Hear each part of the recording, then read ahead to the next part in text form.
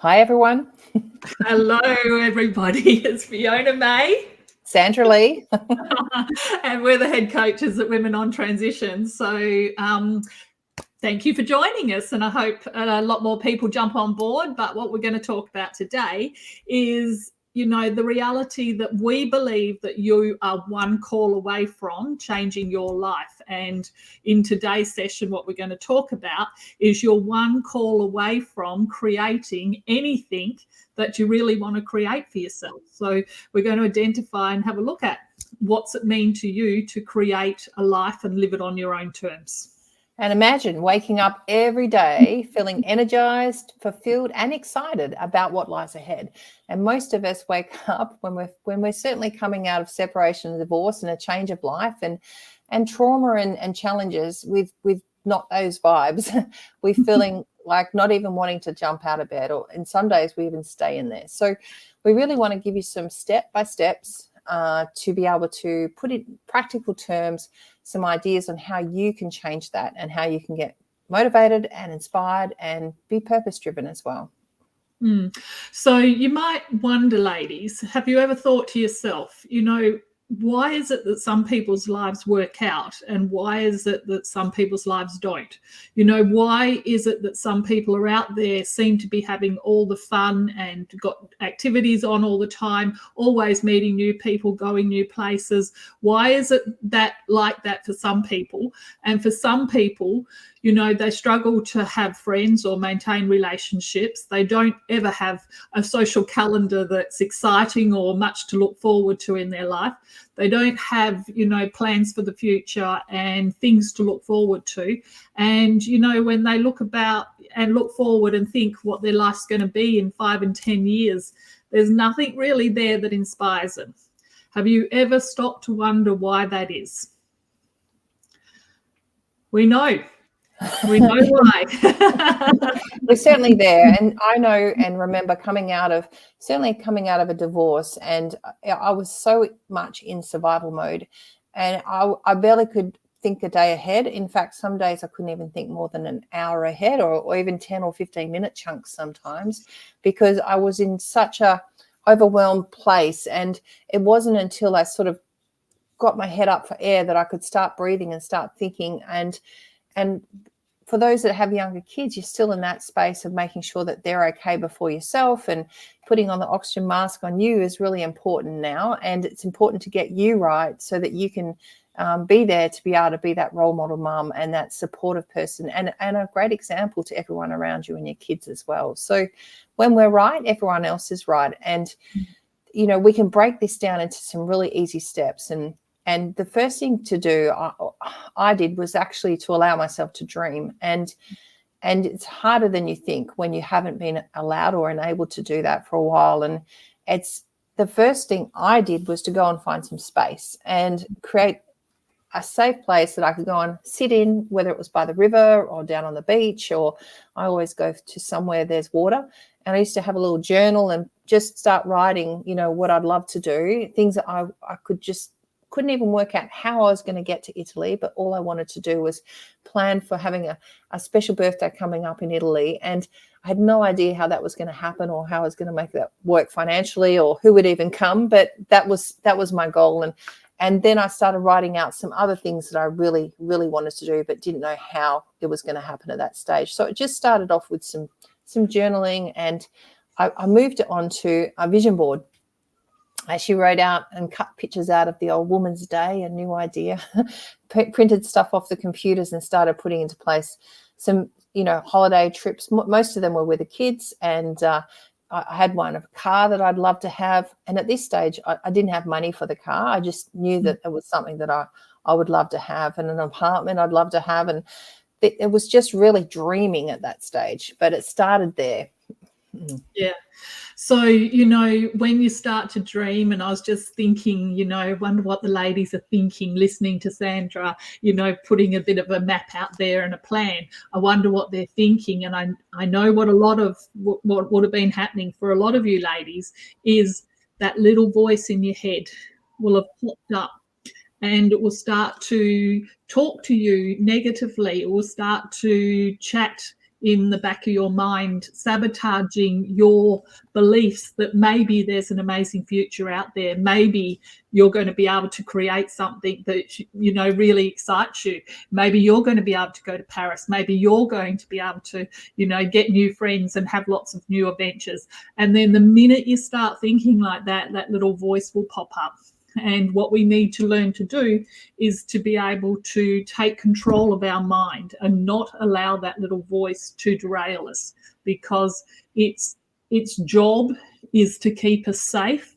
But safe means doing nothing. It means staying stuck. It means just not taking any risk, not dreaming, not thinking about what's possible. It means doing the same thing every day, day in, day out. And that's where a lot of people end up succumbing and allowing that little voice to control them. So I'll let Sandra keep telling you about the exciting stuff, and then I'll, in the background, some of those objections that might be coming up for you. You're the little voice on the shoulder. I love it. The positive one.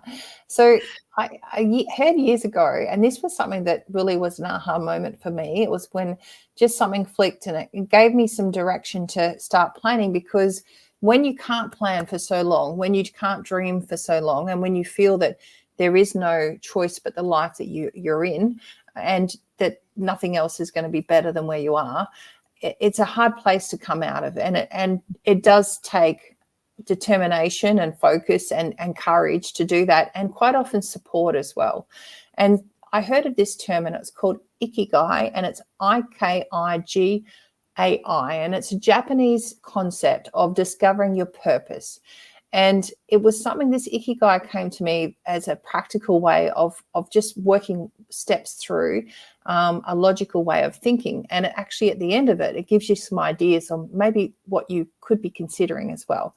So Ikigai is a concept of discovering your purpose through exploring in the middle of what you love doing, things that you even maybe back to when you're a younger girl, and you did have choices and freedom to be able to make choices. Maybe it was horse riding, or maybe it was pottery, or maybe it was just swimming. Or so it's what you love doing, exploring that intersection with what you're good at. So what skills you do have.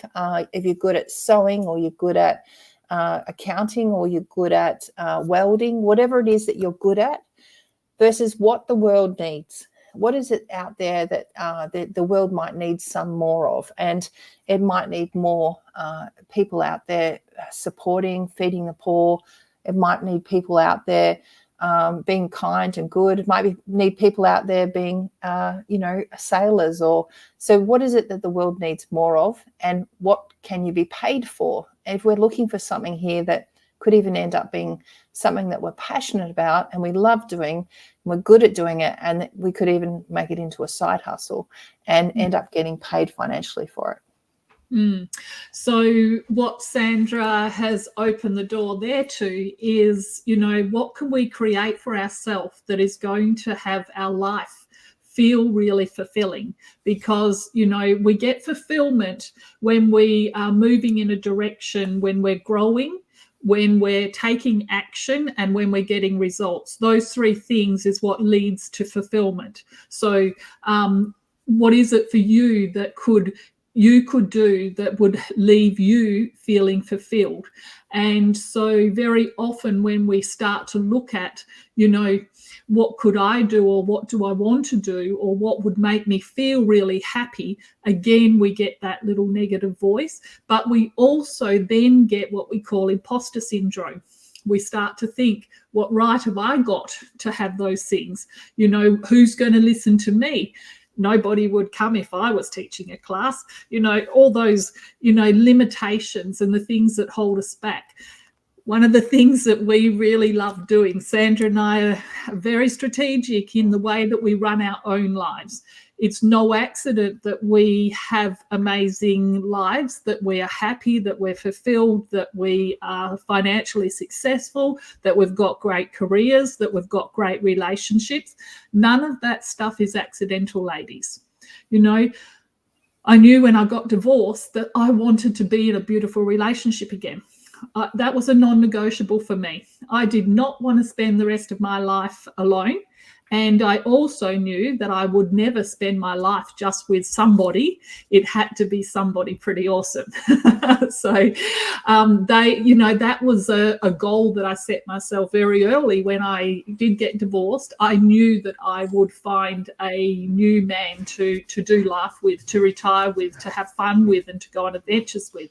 So, once you do have a bit of a plan and a structure, then it's just a case of, putting in place the steps that you need to take to get the outcomes that you want. And that's no different to any area of our life. Sandra and I work with, ladies, and one of the first things we do is we always want them to earn more income. If they've got businesses, we want their businesses to be more viable and successful. If they have jobs and careers, we want them to be pushing themselves and taking those promotions and having a look at the things that hold them back. If they want to retire, well, then we want to create that pathway for them to, financially be secure so they can retire. Whatever it is for the individual ladies, we always want to get them the outcomes that they want. And so, again, we work towards a plan, and then we take it step by step. But very often we've got to get out of our own way, because we are the person that holds ourselves back from having the future that we want. And so if we can get ourselves out of our own way, and then we have some structure like Sandra's talking about, and we do the things that make us feel happy and what we're good at and how we can contribute, those things are the things that will have us having a successful and happy life. It's the 1% changes that make the difference, and having multiple 1%ers over time. So if you can just each week change something by 1%. And what I did was I set up my intent in the morning that I was going to wake up and I was going to say, what's the one thing that I want to achieve today that's for me, not for the kids, not for money earning, not for, tasks or jobs I have to do, but what's one thing that I'm going to do today that's just for me. And I thought, okay, I'm going to put, a $2 mask on my face while I'm, doing some jobs. And it might have been something like, or I'm actually going to have a bath today and shut the door so no one can come in and interrupt me. Or I'm actually going to go for a walk on my own today. Or I'm actually going to catch up with a girlfriend and go for a coffee. So just those 1% things can make a massive difference. And then by the end of the week, you've done 7 things that have been for yourself. And suddenly you're starting to feel a little bit less resentful about not being able to have any time or not being able to, and it starts opening up the psychological, door to be able to know that you are worthy and you are worth it. And there is an opportunity here for you to be able to expand that even further. And those 1% in the morning, for me, expanded to in the evenings, what was I grateful for today? So and we used to sit around even as a family when the kids were little and even as they've grown up. What were the 3 things that they're grateful for that happened today? And, the kids would start off with, I'm not grateful for anything and nothing I can think of. And in the end, we said, well, you had lunch today, right? You got to eat. And you actually had a school bag to put your school stuff in and you went to school, So it starts putting things into perspective. And, today I was grateful for the sun was shining. And some days I know when I was certainly going through tough times, this was such an important thing that I was grateful for, my strength that I made it through the day. And keep gratitude as a focus, because it's the powerhouse that breaks through everything else. It breaks through your lack of self-confidence and your lack of self-worth to getting you to a place that when you're grateful for things and people around you, it overrides everything else. And it's such a powerful emotion to keep front of mind. And it's so beautiful to go to sleep on it as well. Excellent. So, one thing we know is where we focus, that's where our energy goes. So if we're focusing on our future and what we're creating and what we want and what we see our life as becoming, then, that's going to move us in that direction. And by the same token, ladies, if you are focusing on your past or your pain or your hurt or your sadness, that's where your energy is going to go as well. And, I really want to encourage you to have a look how you're showing up in the world, because we know that, it is absolutely possible for you to create an amazing new life for yourself. And, I say it all the time. This is our opportunity. It's a perfect time in our life. We're at a great age for us to be able to, start to prioritize ourselves, start to making ourselves, our number one in our lives. Stop pleasing everybody else. Stop overgiving to everybody else. And both of those behaviors are unhealthy behavior patterns that you've learned. Because when you overgive and when you become a people pleaser, you used to get recognition and you used to get validation. But you get tired over time when you don't get what you want out of that, and then you start getting resentful. And when you get resentful, it literally strips your energy away. And so you start to, really get a bit sad and a bit hurt and disillusioned. And those negative energies pull you down and keep you stuck. So what we want you to do is to shake yourself off, to actually choose what you want for yourself and start creating. So, we talked about at the beginning of this, what would it be that you would create if you could create anything? What is it that you truly want for yourself in your life? And when I ask ladies that question, they often say, I don't know. I've given up dreaming. And I say to them, if you did know, what would it be? And then they'll say something, and then I'll say, and if you did know, what would it be? And if you did know, what would it be? And just saying that a couple of times, what it does is give yourself permission to start to dream again, and to start to think that, that there's a better life out there for you, that you can create something amazing for yourself. So I want you to start being honest and true, because I think that's where, growth happens and change starts to happen when we start to get honest with ourselves. So we've got to stop BSing to ourselves, and we've got to start being honest about what we want. Own up to and tell yourself the truth. If you want to have a beautiful partner, there's nothing wrong with that. There's no shame in that.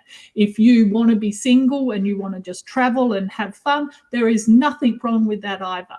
We don't have any preconceived or any opinions about what you should do with your life.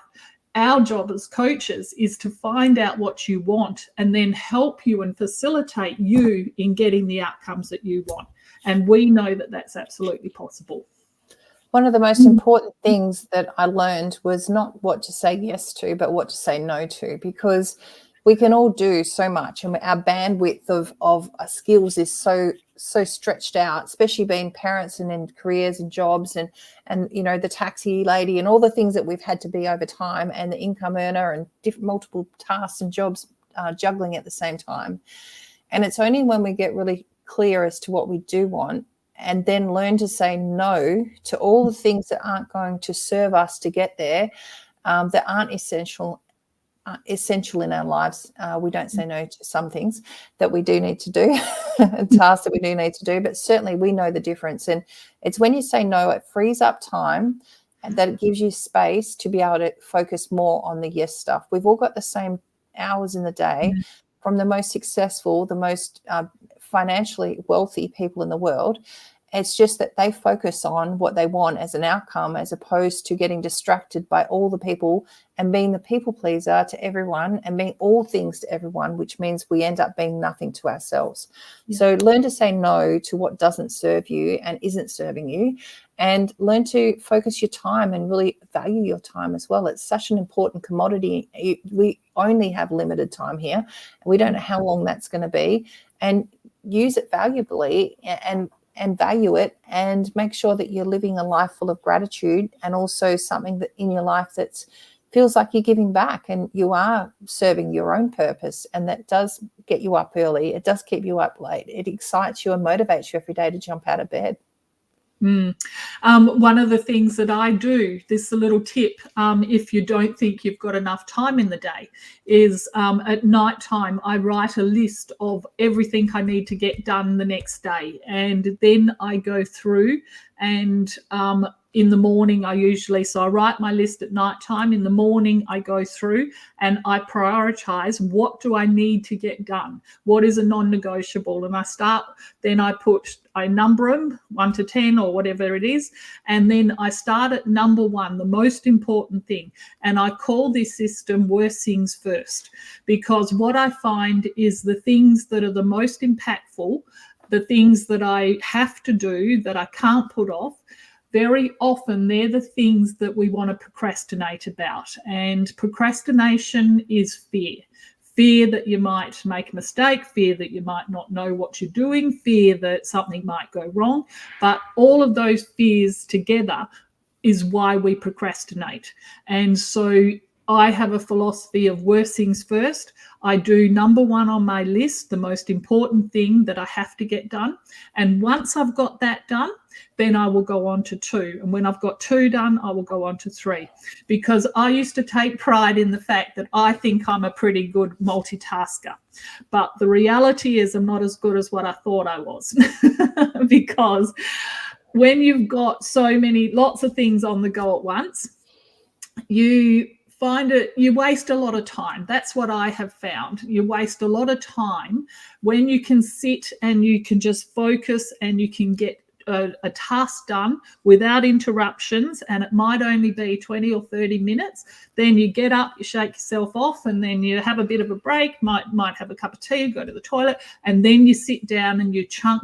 So you're chunking your time down, and then you go into the next 20 minutes or 30 minutes. And that's a good way that I have found that I like to operate, and I get much better outcomes like that. So maybe that's something you could try, writing your list at night time, prioritizing in the morning, and then starting on your biggest or your worst things first, get them out of the way, and then get to the things that, are less important but still need to be done. Because what a lot of people do is they spend all their time doing the little things that are unimportant, the easier things, and they keep leaving the big things.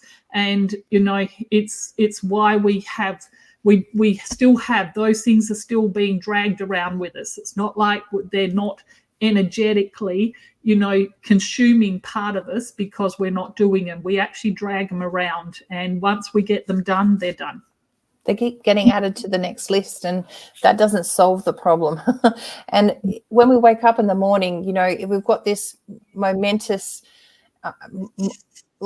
huge amount of list that we've got to work through, then it's something that we're going to be challenged by, and we won't actually all freeze and not even start it. So, the way I work on waking up in the morning is how I can wake up as a human being versus a human doing. So I'm not waking up focusing about the list. I'm waking up about how I'm going to show up today and who I'm going to be today to get that list done and to get the worst things first done as a priority. So if I'm going to be today a focused, action taker, and I'm going to be, positive, and I want to be happy, I'm going to be purpose driven, I'm going to be on task, and it gives me that inner level of energy that gets me getting things done. And, sitting down and getting your worst thing done straight away is something that gives you that real sense of accomplishment and achievement. And it's about showing up and being that person as well. So rather than being the human being and feeling like you're in the rat on the little treadmill cycling around and just never getting anywhere or achieving everything because you're doing everything for everyone else and you're not doing anything for you. So it's really important, ladies, that we keep that oxygen mask on ourselves. We get up, we show up, and we have a plan of what we want to focus on, and what we want as an outcome is that's our little shiny light at the end that keeps us focused towards and keeps us on our true north, our star that we keep aiming for. And sometimes we hit it, sometimes we miss it, but at least we're heading in the direction of it. Yeah.